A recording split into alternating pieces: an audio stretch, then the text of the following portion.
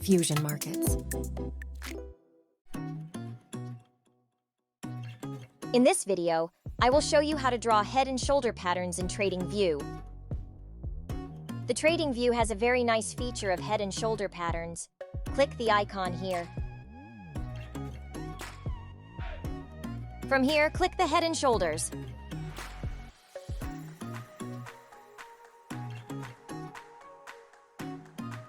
You need to drag this from the neckline. Create the left shoulder and down.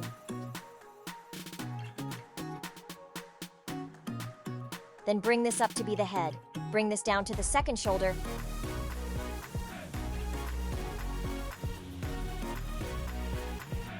And then you can draw in the right shoulder.